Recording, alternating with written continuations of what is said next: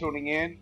This lesson is brought to you by Ally Insurance Brokers of Omaha. Our phone number is 402-359-3296, and we're located in Omaha, Nebraska. Give us a call or check us out on the web, www.ally, which is ALLY-insurance.net, and the declarations page for auto insurance. Very important stuff here. So if you don't understand insurance completely, these lessons are intended to give you more of an education, and the better educated you are about insurance, the better decisions you can make. Thank you. Here is a declaration page for auto insurance. A declaration page shows you quite a few things. It tells you all about your policy, everything you need to know. So there is no confusion, okay? The declaration page should list a few things. It should list your insurance company's name, your policy number. As you can see in the top left and right hand corner, you see your insurance company's name and the policy number. Below that, there's a few different things you might see. On this particular declarations page, we show auto insurance declarations page. Some insurance companies will list that as your liability limits. That does not have anything to do with the insurance coverage for your vehicle. It just shows your limits, is what it's stating. But in this particular page, example, it says auto insurance declarations page. So below that, what we see is we have quite a few things. Below that, we see a policy number under policy information. A declarations page should also list your effective date of the policy and your expiration date of the policy. Some people call that a renewal date if you plan on keeping the insurance. Okay, and this particular term is a 6-month term. Some insurance companies will offer a 12-month term depending on that insurance company. Below that, you should also see all of the named insureds.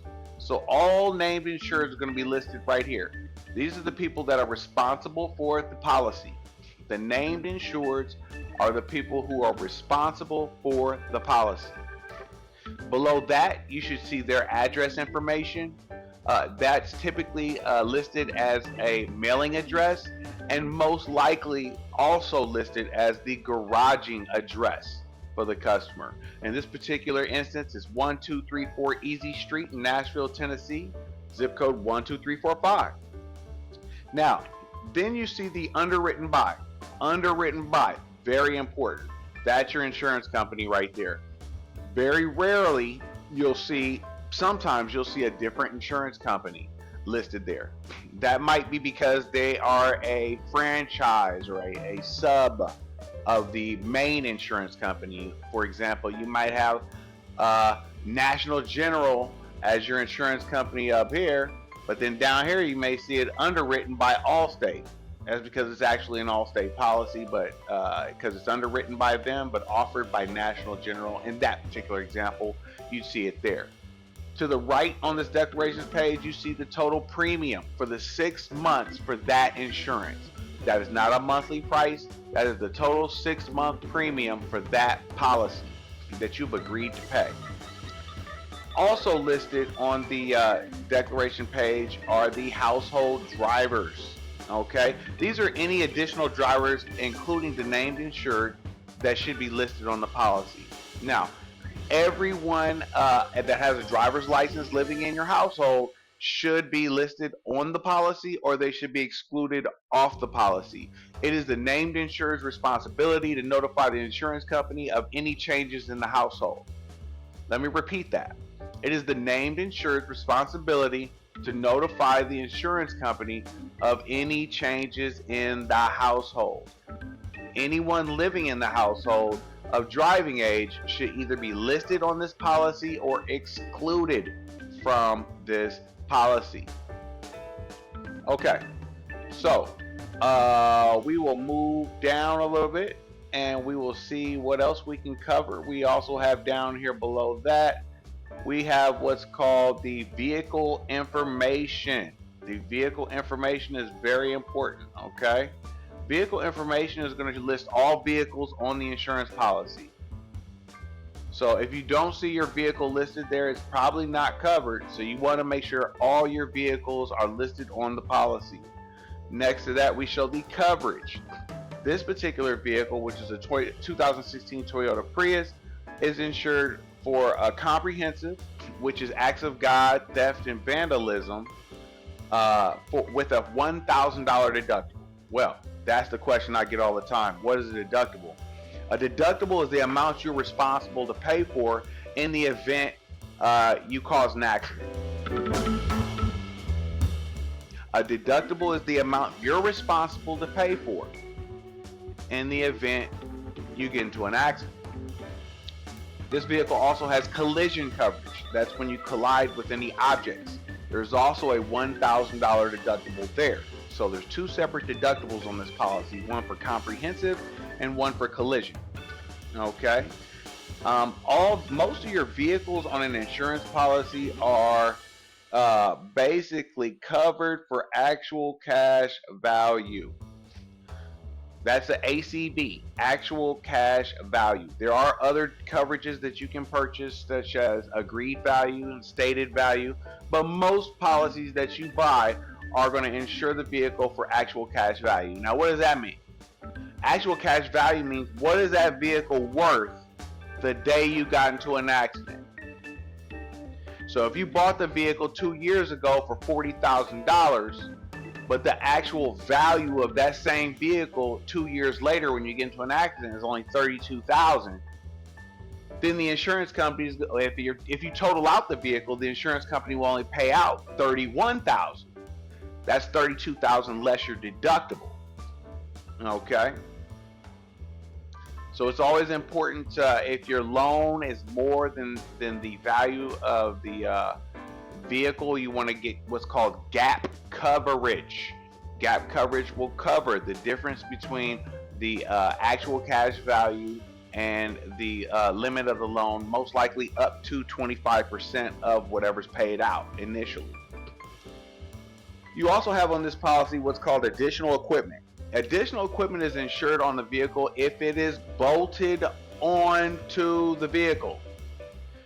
Additional equipment is equipment that is bolted onto the vehicle. Okay? If you leave your wallet in the vehicle, if you leave your computer in the vehicle and someone breaks in and steals that, that is not covered by auto insurance because it is not bolted onto the vehicle. You would need to have a renter's policy or a homeowner's policy with personal property coverage to cover those items. Okay? Auto insurance covers the auto. All right, let's keep going. Below that, we have a coverage information area, and on this particular policy, it's showing liability limits. Okay? This is separate from the vehicle. Your liability limits are separate from the vehicle. You have bodily injury and you have property damage. In this particular case, you have $250,000 coverage for bodily injury each person and $500,000 coverage each accident. I would assume vehicle 1 is covered. I would also assume that the property damage is also at $250,000 per accident. This particular policy also includes what's called a permissive user limit of liability. In some states, they may give a separate limit of liability in the event you let someone drive your car that does not live in the household.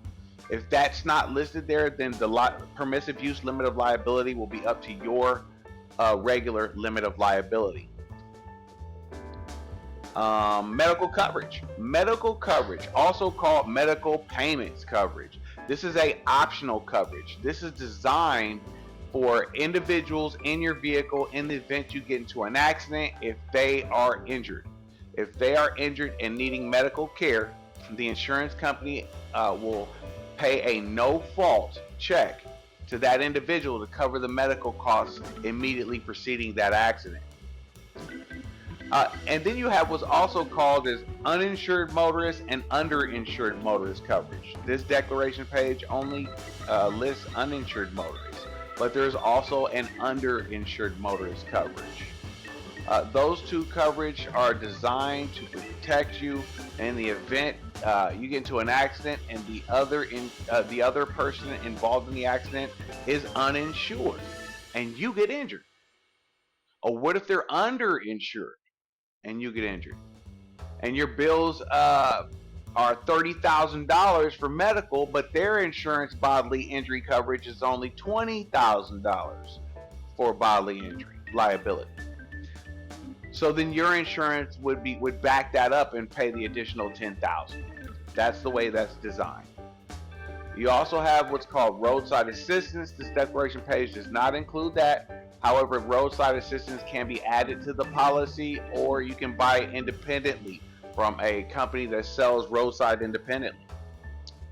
I think I've taken a moment and explained a declaration page. Please feel free to comment and subscribe to my page. Thank you, and thank you for listening.